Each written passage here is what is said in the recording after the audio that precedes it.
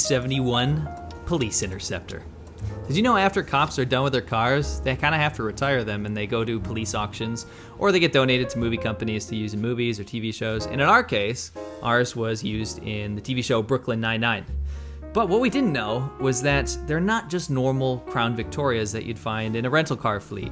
The P71 Police Interceptors cost about the same, but in fact have tons of Easter eggs and special features. So today we're gonna take you through every single secret feature that we found.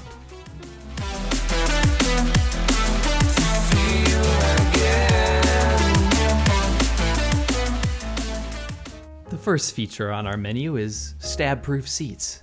These hardback seats make sure that the perpetrator in the back isn't gonna turn your guts into spaghetti while you're driving. Not that you would want to do that because you'd probably crash at high speed and everyone in the car would die anyway.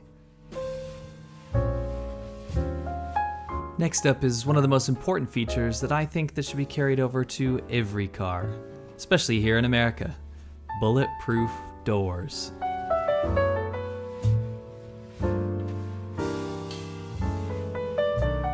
In case the perpetrator for some reason gets away and throws you in the back of the trunk of your own police car, at least there's a glow-in-the-dark pull tab that you can pull and see in the dark, so you're able to escape. 助けて、私はまだここにいます。彼らは私を人質にしている。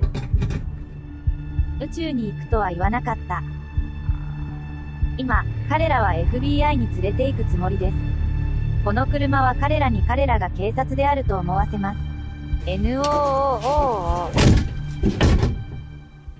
Now, cops come in all shapes and sizes, so every P71 Crown Victoria Police Interceptor comes with adjustable pedals. Now, I know a bunch of you in the comments are going to be like, this is totally normal and so many cars have this feature, but seriously, shut the hell up because I thought this is amazing. I've never been in a car with such a thing. This is so cool. It's like witchcraft to me.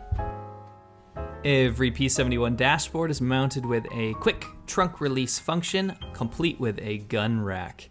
These are meant to hold assault rifles, and our car even came with a gun. When they retire the police cars, they obviously have to take out all the radio equipment and actual real police equipment that can be used, like sirens and things like that. But they included all the original antennas there for us, which is kind of interesting. Unfortunately, the antenna on the back of the car is completely fake. However, inside the trunk as well, there's something pretty cool, and that's a KEVLAR kind of police trunk pack. And it's kind of indestructible. You can put all kinds of crazy stuff in there, and we've been using it to transport all kinds of wonderful things like used oil and whatnot, and it keeps the trunk clean. Whether your car's being shot up by the perpetrator or you've, rolled it down a hill or a cliff because there's no traction control in these things, don't worry, there is a fuel cutoff switch which makes sure that the fuel pump is in fact off in case of an accident or dangerous situation. But if you open up the trunk and remove this little panel here, you'll see that there's a manual override for that. Now, I wouldn't really call this a feature, more like a restriction, but in police cars, they actually have shaved off the back door locks, just in case the perpetrators try to physically open them with their fingers. And they also screw down the ashtray because there are a lot of places you can hide drugs in the car, and therefore the evidence is not on your body, so you can't be prosecuted for it. And, the easiest one would be to store it in the ashtray. Now, if you're a police officer and you have a convulsing, vomiting addict in the backseat of your car, the last thing you want to do is have to, dig out the pieces of corn and whatever they consumed from your cloth seats. So they come with plastic wrapping over the top to make sure it's easy to clean. Now, when you buy one of these P71 Police Interceptors, they'll have to cut all the sirens and police lights off, and we actually found the little wiring bundle that it came with. But anyway, in the same vein as the plastic seats, the entire car is lined with this rubber liner to keep everything really easy to clean. Stuff can't get inside the carpet or anything because there is none, and I find it very convenient, having kids myself. I like to call this the interrogation light. I imagine it makes the perps in the back sweat if they're on certain substances, but at the same time, it just comes off as a really cheap, chintzy dome light, maybe a map light. Now, a huge advantage of getting one of these over a normal car is that actually, because of all the police equipment that has to be hooked up to power, we don't have that equipment in the car anymore, so you get not only one, not two, but 3 power points to plug all your stuff in, which is really super convenient. Now, I was confused when we bought this car because it seriously does burnouts for days. It will literally light up the tires at any stoplight or stop sign. And we were confused because every Crown Victoria definitely comes with traction control. However, we found that when we pop this panel open, next to the pedal adjustment button, there is a place for a button to actually turn on traction control. So we looked into the fuse box, and actually there is a fuse for ABS and traction control as well. So there is traction control. They just, for some reason, blanked it off, so you can't use it. The police cars that you see today, like the Ford Explorers and Chargers and things like that, have something called a pursuit mode.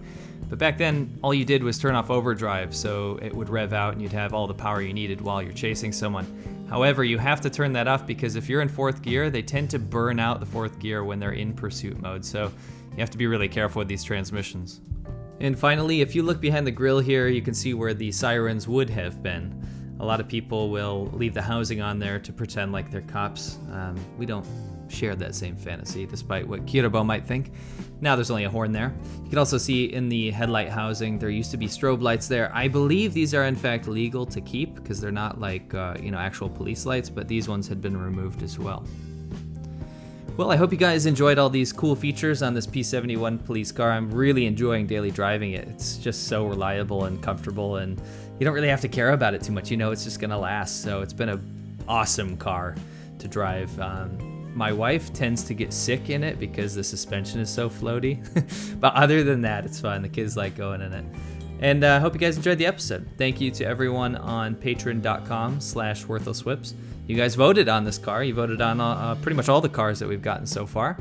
And you can participate in the polls and leave us comments and talk to us directly and see all the behind the scenes content which we post every week.